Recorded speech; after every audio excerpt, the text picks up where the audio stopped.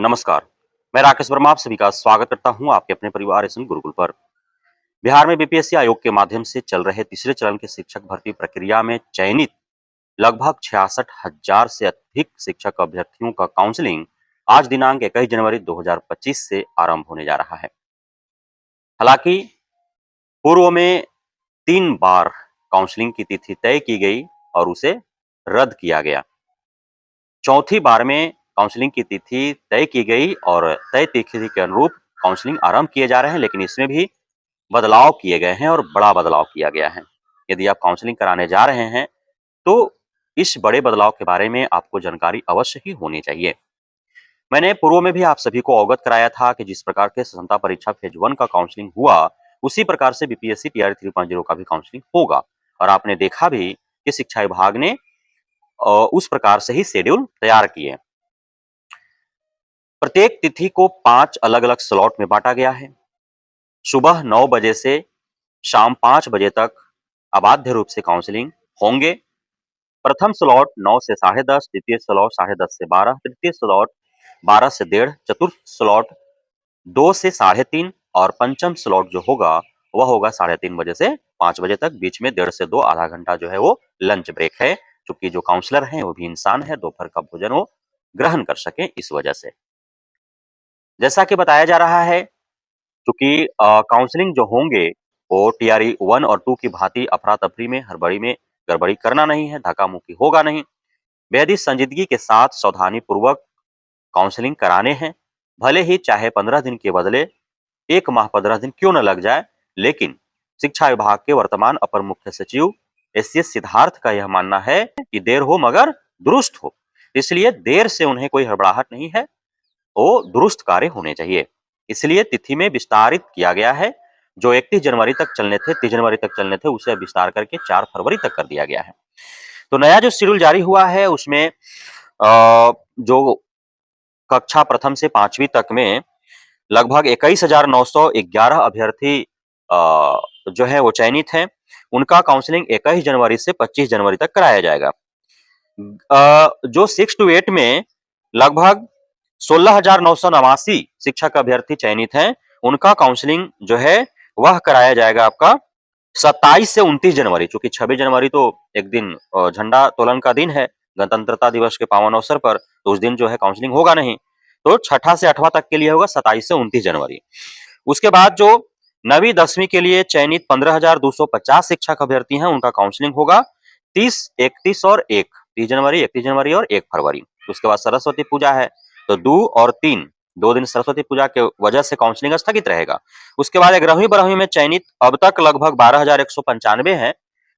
उनका काउंसलिंग जो है वह 4 और 5 फरवरी को होगा। तो इस प्रकार से 5 फरवरी तक जो है काउंसलिंग की तिथि बढ़ा दी गई है। अब इसमें भी आसार है कि बढ़ाना ही पड़ेगा, क्योंकि 66,000 जो है चयनित अभ्यर्थी हैं और अभी और अभ्यर्थी जो है बढ़ेंगे ही, जो कि रिवाइज रिजल्ट 11-12 का जारी होना है, तो उसमें बढ़ेंगे ही। अब जैसा कि बताया जा रहा है कि एक अभ्यर्थी के डॉक्यूमेंट्स को चेक करने में 15 मिनट लगेंगे। मतलब एक स्लॉट पर 1 घंटा में 4 लोगों का होगा। अब 5 अलग-अलग जो है आपका डेढ़-डेढ़ घंटा का स्लॉट है। तो डेढ़-डेढ़ घंटा का स्लॉट है आपको, तो एक स्लॉट पर जो है आपका 6 लोगों का होगा। तो उसके बाद आपका 6 पचे 30 लोगों का जो है होगा एक स्लॉट में। तो जो है आपका स्लॉट है 5, 30 पचे 150 लोगों का जो है एक दिन में होगा। एक जगह पर एक दिन में होगा।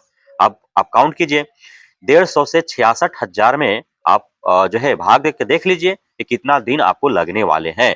तो यह जो तिथि 5 फरवरी तक बढ़ाई गई है, इसमें भी और विस्तारित की जाएगी। साथ ही इतने दिनों में बहुतों का जो है संदेहास्पद हो जाएगा, बहुतों का होल्ड कर दिया जाएगा, बहुतों का मूल प्रमाण पत्र नहीं होगा, बहुतों का आधार वेरिफिकेशन नहीं होगा, बहुतों का ओटीपी नहीं होगा, बहुत अनुपस्थित हो जाएंगे, बहुत तय तिथि और स्लॉट के अनुरूप नहीं पहुंच पाएंगे, इसलिए उनका काउंसलिंग नहीं हो पाएगा। तो उन्हें पुनः आमंत्रित करके और द्वितीय दौर के काउंसलिंग में बुलाया जाएगा। तो इस प्रकार से पूरा फरवरी माह जो है आप टीआरई 3.0 के काउंसलिंग होते ही देखेंगे और मार्च में ही टीआरई 3.0 से चयनित और जो है 100% जिनका डॉक्यूमेंट वेरीफाइड हो जाएगा उनका योगदान हो पाएगा।